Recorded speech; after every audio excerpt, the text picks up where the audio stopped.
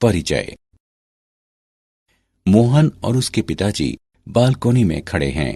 वे प्रातःकाल की ताजी हवा का आनंद ले रहे हैं। मोहन सड़क की ओर उत्साहपूर्वक कुछ देख रहा है। पिताजी, बिजली के खंभों पर वह स्लेटी रंग का बॉक्स जैसा क्या रखा हुआ है? बेटा, वह एक ट्रांसफार्मर है। ठीक है पिताजी, और इसका उपयोग क्यों किया जाता है, कृपया मुझे बताएं। बेटा, इसका उपयोग विद्युत की वोल्टता कम करने के लिए किया जाता है। ऊर्जा केंद्रों पर उत्पादित की जाने वाली विद्युत की वोल्टता कई हजार होती है। ट्रांसफार्मर इस वोल्टता को घरों के लिए 220 वोल्ट तक तथा उद्योगों के लिए 440 वोल्ट तक कम कर देता है। ठीक है पिताजी, और मैं इस बारे में और भी अधिक जानना चाहता हूँ। ट्रांसफार्मरों के बारे में और अधिक जानने के लिए तुम्हें प्रत्यावर्ती धारा के बारे में समझना होगा। तो चलो बच्चों, आज हम प्रत्यावर्ती धारा के विषय में अध्ययन करेंगे। उद्देश्य। इस पाठ के अंत में आप निम्न करने में सक्षम हो जाएंगे। श्रेणीबद्ध LCR परिपथ का विश्लेषण करना, प्रतिबाधा त्रिभुज को निरूपित करना, LCR परिपथ में अनुनाद की व्याख्या करना, LCR परिपथ में अनुनाद की तीक्ष्णता का वर्णन करना, शक्ति गुणांक की गणना करना, LC दोलनों का वर्णन करना, ट्रांसफार्मरों को परिभाषित करना, ट्रांसफार्मरों के प्रकारों को समझना, ट्रांसफार्मरों में ऊर्जा क्षय का विवेचन करना। श्रेणीबद्ध LCR परिपथ। एक परिपथ पर विचार करें जिसमें प्रतिरोध R का एक प्रतिरोधक, प्रेरकत्व L का एक प्रेरक और संधारिता C का एक संधारित्र एक AC स्रोत पर श्रेणी क्रम में संयोजित हैं। माना कि स्रोत वोल्टता Vm sin ओमेगा t के बराबर है।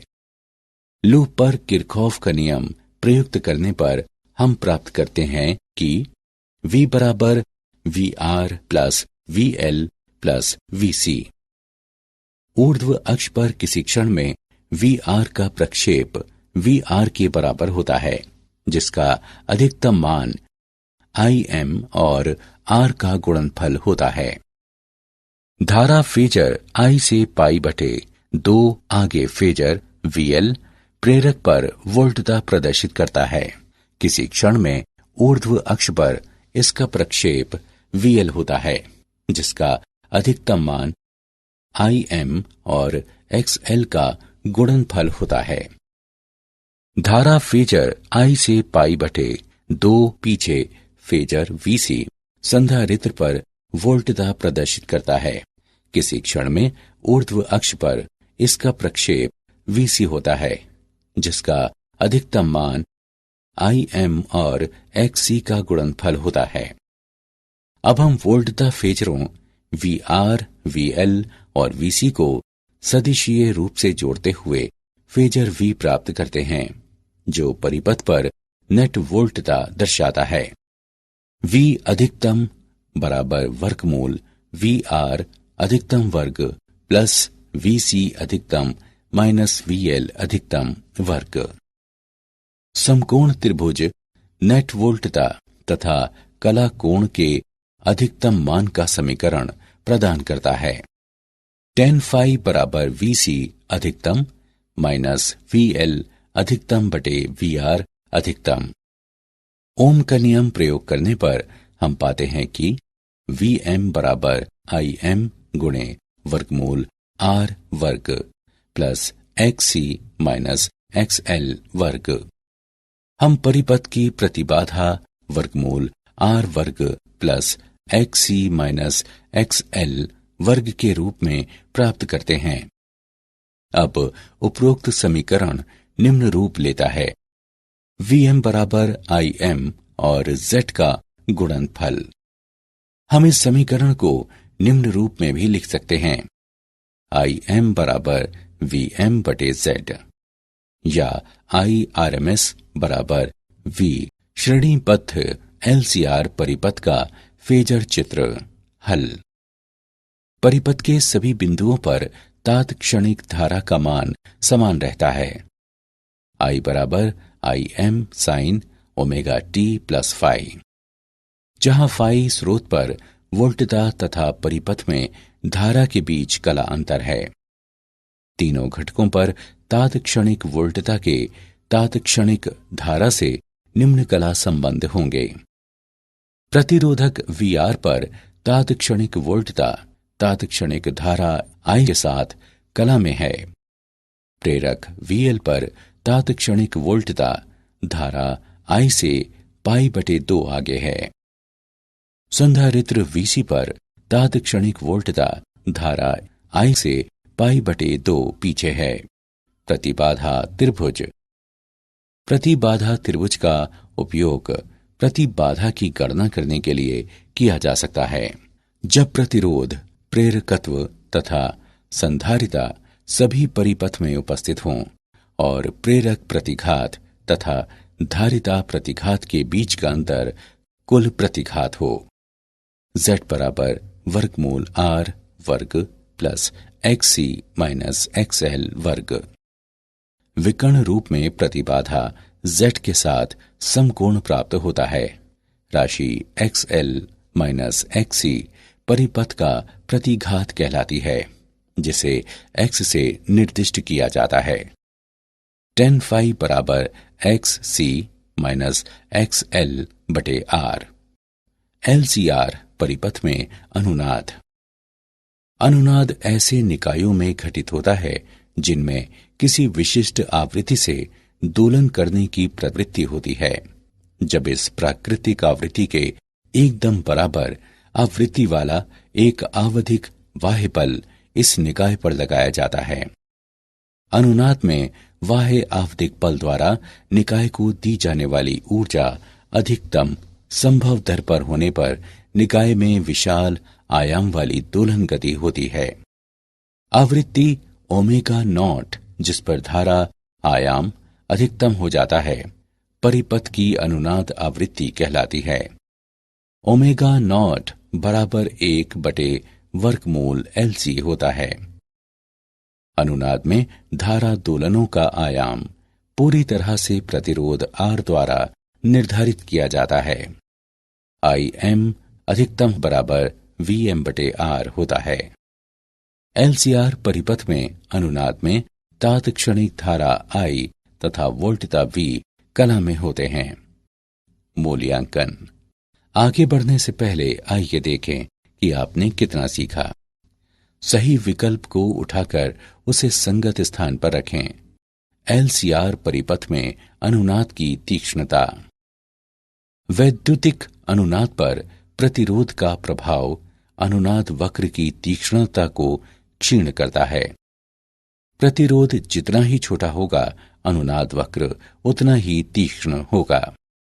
परिपथ का गुणवत्ता गुणांक Q ओमेगा नॉट L/R होता है या 1/ओमेगा नॉट CR। गुणवत्ता गुणांक का उपयोग अनुनाद शिखरों की तीक्ष्णता को वर्णित करने के लिए किया जाता है। यदि R छोटा या L बड़ा है तो ये इंगित करता है कि अनुनाद अधिक तीक्ष्ण है तथा परिपथ अधिक चयनात्मक है। उदाहरण। आइए LCR परिपथ में अनुनाद का एक उदाहरण देखें। LCR परिपथ की श्रेणी की अनुनाद आवृत्ति और Q गुणांक ज्ञात करें, जहां L बराबर 3 हेनरी, C बराबर 27 माइक्रोफेराड तथा R बराबर 7.4 ओम है। परिपथ की पूर्ण चौड़ाई अधिकतम आधे तक कम करते हुए इसकी तीक्ष्णता गुणांक 2 तक बढ़ाना अपेक्षित है। आइए इसका हल देखें।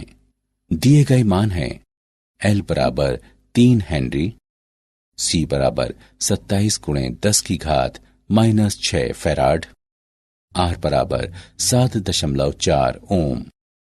हम जानते हैं कि अनुनाद आवृत्ति 1/वर्गमूल LC होती है। अब मानों को रखते हुए हम अनुनाद आवृत्ति 111 रेडियन प्रति सेकंड प्राप्त करते हैं। Q गुणांक बराबर ओमेगा RL बटे R है। अब मानों को रखते हुए हम Q गुणांक 45 प्राप्त करते हैं। चूंकि Q R के व्युत्क्रमानुपाती है, इसलिए Q को दोगुना करने के लिए R को आधा होना चाहिए। शक्ति गुणांक। हम जानते हैं कि एक LCR श्रेणी क्रम परिपथ पर प्रयुक्त AC वोल्टता V बराबर Vm साइन ओमेगा t परिपथ में Im sine omega t plus phi धारा चालित करती है। परिपथ में विसरित तात्क्षणिक शक्ति है P बराबर VI। एक पूर्ण चक्र पर शक्ति का समय माध्य Vrms गुणे Irms गुणे cos फाई। हम निष्कर्ष निकाल सकते हैं कि परिपथ में आपूर्ति की गई औसत शक्ति न केवल वोल्टता तथा धारा पर निर्भर होती है, बल्कि उनके बीच के कला कोण फाई की कोज्या पर भी निर्भर होती है। cos फाई को परिपथ का शक्ति गुणांक भी कहा जाता है। प्रतिबाधा आरेख से हम शक्ति गुणांक को निम्नवत परिभाषित कर सकते हैं। cos फाई बराबर R बटे Z, जो R बटे वर्गमूल R वर्ग प्लस XC माइनस XL वर्ग के बराबर है। अब हम एक पूर्ण चक्र पर शक्ति का माध्य समय आगणित करने के लिए उपरोक्त दोनों समीकरणों का उपयोग करते हैं। P बार बराबर Irms वर्ग तथा R का गुणनफल। विभिन्न परिपथों में शक्ति गुणांक। प्रकरण 1 प्रतिरोधकीय परिपथ। यदि परिपथ में केवल प्रतिरोधक है तो फाई बराबर 0, cos फाई का मान बराबर 1। इसमें अधिकतम शक्ति क्षय होती है। P बार बराबर Vrms और Irms का गुणनफल। प्रकरण 2 शुद्ध प्रेरकीय या धारितीय परिपथ। यदि परिपथ में केवल प्रेरक या संधारित्र है तो फाई बराबर माइनस पाई बटे 2 या पाई बटे 2। cos फाई का मान बराबर 0। इसमें शक्ति क्षय नहीं होती। P बार बराबर 0। प्रकरण 3 LCR श्रेणी क्रम परिपथ। यदि परिपथ में प्रेरक संधारित्र तथा प्रतिरोधक हैं तो cos फाई का मान 0 और 1 के बीच रहता है। ऐसे परिपथ में सदैव शक्ति क्षय होता है। P बार बराबर Vrms Irms और cos फाई का गुणनफल। प्रकरण 4 LCR परिपथ में अनुनाद में शक्ति क्षय। शक्ति केवल प्रतिरोधक में क्षयित होती है। LCR परिपथ में प्रेरक या संधारित्र पर ऊष्मा के रूप में शक्ति क्षयित नहीं होती। LC दोलन।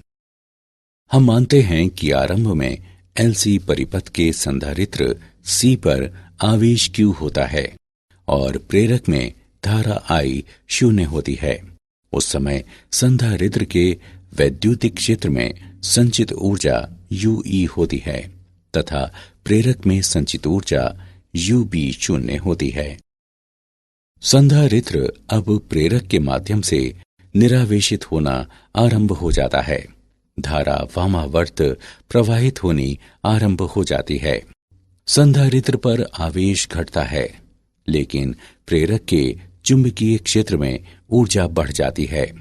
ऊर्जा संधारित्र से प्रेरक में स्थानांतरित की जाती है। संधारित्र में संचित ऊर्जा पूर्ण रूप से प्रेरक के चुंबकीय क्षेत्र में स्थानांतरित कर दी जाती है। इस चरण में प्रेरक में धारा का मान अधिकतम हो जाता है। अब प्रेरक से ऊर्जा का प्रवाह वापस संधारित्र की ओर बहने लगता है, क्योंकि विद्युत क्षेत्र पुनः बन जाता है। प्रेरक से संधारित्र की ओर समस्त ऊर्जा का स्थानांतरण होता है। ये परिस्थिति आरंभिक परिस्थिति के समान होती है, सिवाय इसके कि संधारित्र विपरीत आवेशित होता है। संधारित्र पुनः निरावेशित होना शुरू हो जाता है। धारा अब दक्षिणावर्त दिशा में प्रवाहित होती है। संधारित्र में संचित समस्त ऊर्जा प्रेरक के चुंबकीय क्षेत्र पर स्थानांतरित कर दी जाती है। ऊर्जा अब प्रेरक से वापस संधारित्र की ओर प्रवाहित होने लगती है। ऊर्जा का निरंतर आवागमन संधारित्र के विद्युत क्षेत्र तथा प्रेरक के चुंबकीय क्षेत्र के बीच होता रहता है। यह प्रक्रिया V की निश्चित आवृत्ति पर जारी रहती है। यदि LC परिपथ में प्रतिरोध उपस्थित न हो तो LC दोलन अनंत काल तक जारी रहेंगे। ट्रांसफार्मर ऐसी युक्ति होती है जो AC वोल्टता व धारा का आयाम घटाने या बढ़ाने के लिए उपयोग की जाती है। ट्रांसफार्मर में कोमल लौह क्रोड होती है जिस पर तारों की दो कुंडलियां लिपटी होती हैं। एक प्राथमिक कुंडली कहलाती है जिस पर NP लपेटे होते हैं और दूसरी द्वितीयक कुंडली कहलाती है जिस पर NS लपेटे होते हैं। प्राथमिक कुंडली AC EMF स्रोत से जुड़ी होती है। द्वितीय कुंडली ट्रांसफार्मर का आउटपुट प्रदान करती है। कोमल लौह क्रोड का उपयोग चुंबकीय फ्लक्स बढ़ाने तथा एक माध्यम उपलब्ध कराने के लिए किया जाता है जिसमें एक कुंडली के माध्यम से लगभग समस्त फ्लक्स अन्य में चला जाता है। प्राथमिक और द्वितीय कुंडलियों के माध्यम से फ्लक्स परिवर्तित भी होता रहता है और इसलिए दोनों कुंडलियों में एक EMF प्रेरित होता है। ट्रांसफार्मर की क्रियाविधि। जब प्राथमिक कुंडली के सिरों के बीच प्रत्यावर्ती वोल्टता लगाई जाती है तो प्रत्यावर्ती धारा इसमें लौह क्रोड में एक परिवर्तनशील चुंबकीय क्षेत्र उत्पन्न करती है। चूंकि चुंबकीय क्षेत्र परिवर्तनशील होता है इसलिए प्राथमिक और द्वितीय कुंडलियों के माध्यम से फ्लक्स परिवर्तित भी होता रहता है और इसलिए दोनों कुंडलियों में एक EMF प्रेरित होता है। माना कि फाई दोनों कुंडलियों के प्रत्येक लपेटे के माध्यम से चुंबकीय फ्लक्स हैं। पारस्परिक प्रेरण के कारण द्वितीयक में EMF प्रेरित होता है। ES बराबर -NS d फाई बटे dt। प्राथमिक कुंडली में स्वप्रेरण से EMF प्रेरित होता है। EP बराबर -NPD फाई बटे dt। अब दोनों समीकरणों को विभाजित करने पर हम पाते हैं कि ES बटे EP बराबर NS बटे NP। ये समीकरण ट्रांसफार्मर समीकरण कहलाता है। इसे टर्मिनल वोल्टता के रूप में निम्नवत लिखा जा सकता है। VS बटे VP बराबर NS बटे NP। अनुपात NS बटे NP ट्रांसफार्मर के लपेटों का अनुपात कहलाता है। ट्रांसफार्मरों के प्रकार। ट्रांसफार्मर दो प्रकार के होते हैं। उच्चाई ट्रांसफार्मर। जब द्वितीयक वोल्टता प्राथमिक वोल्टता से उच्चतर होती है तो ऐसा ट्रांसफार्मर उच्चाई ट्रांसफार्मर कहलाता है। अपचयी ट्रांसफार्मर। जब द्वितीयक वोल्टता प्राथमिक वोल्टता से निम्नतर होती है तो ऐसा ट्रांसफार्मर अपचयी ट्रांसफार्मर कहलाता है। वोल्टता को उच्चायित करने वाला ट्रांसफार्मर साथ ही साथ धारा को अपचयित भी करता है, जबकि वोल्टता को अपचयित करने वाला ट्रांसफार्मर साथ ही साथ धारा को उच्चायित भी करता है। IS बटे IP बराबर VP बटे VS बराबर NP बटे NS। ट्रांसफार्मर के अनुप्रयोग। तारों के माध्यम से विद्युत ऊर्जा का लंबी दूरियों तक संप्रेषण करने से पहले वोल्टता बढ़ाने के लिए इसका उपयोग किया जाता है। ये विद्युत आपूर्ति उद्योग के आधार हैं, जिनके कारण मांग क्षेत्रों से सुदूर स्थित क्षेत्रों में विद्युत उत्पादन संभव हो पाता है। निम्न वोल्टता परिपथों वाले विद्युत उत्पादों के अनुसार उपयुक्त स्तर तक आपूर्ति वोल्टता को कम करने के लिए इनमें ट्रांसफार्मरों का काफी उपयोग किया जाता है। आवर्धकों के स्तर युग्मित करने के लिए और माइक्रोफोन व रिकॉर्ड प्लेयर जैसी युक्तियों को आवर्धकों के इनपुट से मिलान कराने के लिए सिग्नल तथा ऑडियो ट्रांसफार्मरों का उपयोग किया जाता है। ऑडियो ट्रांसफार्मरों के कारण ही टेलीफोन परिपथों में तारों के एकल युग्म में दो तरफा संप्रेषण कराना संभव होता है। ट्रांसफार्मर में ऊर्जा क्षय।